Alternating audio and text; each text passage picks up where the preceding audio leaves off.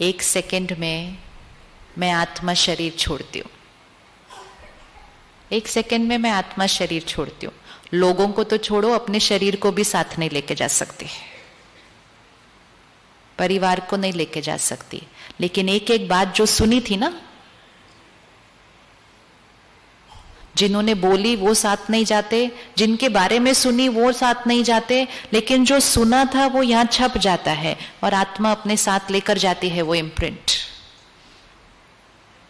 तो मुझ आत्मा का जीवन जीने का तरीका ऐसा होना चाहिए कि जीते हुए भी बेदाग, और जो जीते हुए बेदाग होगा वही तो जाने के टाइम यहां से बेदाग जाएगा।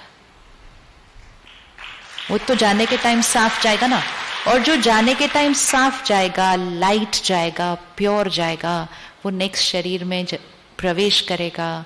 कुछ महीनों बाद एक बच्चा पैदा होगा, पंडित जी कहेंगे क्या भाग्य लेकर आया ये बच्चा। वो भाग्य किस आधार से बना होगा? वो बच्चे के संस्कार। वो संस्कार कहाँ बन रहे हैं अभी? लोगों को खुश करना और खुश करने के लिए गलत कर्म करना। तो जब हमारे कर्मों का भाग्य हमारे सामने आएगा ना, लोग हमारे कर्म का भाग्य झेलने के लिए साथ में नहीं आएंगे। मेरा शरीर जब बीमार होगा, मेरे आसपास सारे बैठ सकते हैं, मेरी सेवा कर सकते हैं, लेकिन मेरी भोगना कोई नहीं भोग सकता, वो मुझे अकेले भोगनी पड़ती है। उस टाइम आप उनको बोलेंगे आपकी खुशी के लिए मैंने वो सारा कुछ किया था। तो आज से मुझे क्या बनना है? राजा। राजा, यस। तो वो ही खाएंगे जो हेल्दी है।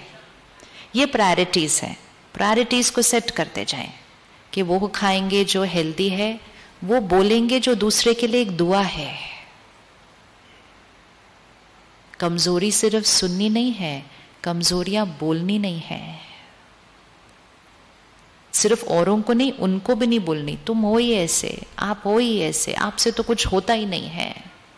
हमारा एक एक शब्द सिद्ध होने लगता है। शब्द वो बोले जो आप चाहते हैं कि सामने वाले का भाग्य बन जाए। क्या हमारे शब्दों से किसी का भाग्य बदल सकता है? क्या हमारे शब्दों से किसी का भाग्य बदल सकता है? ये है power of the inner world. तो आज से हम अपने कर्म इंद्रियों पर राजा हैं। आज से कोई आकर अगर किसी की कमजोरी सुनाएगा तो 3-4 बार हमें बोलना पड़ेगा कि मैंने प्रतिज्ञा की है कि मैंने किसी की कमजोरी नहीं सुननी है। कुछ और बात है करते हैं, नहीं तो अपने अपने काम पर चलते। Simple. Why are we wasting our time and energy? हमें आदत पड़ गई है ऐसे बैठ के बातें करते रहने की। कॉन्वर्सेशन। कुछ दिन पहले की मुरली में एक बहुत ब्यूटीफुल लाइन थी, बोल चाल का रस और अंतर्मुखता का रस, इसमें दिन और रात का फर्क है। हमें बोल चाल के रस में आदत पड़ गई है कि कुछ भी हो, मैं किसी से बात करूं, मैं किसी से बात करूं, कॉन्वर्सेशन। और वो बात फिर कहीं ना कहीं किसी की कमजोरी पर चली जाती है।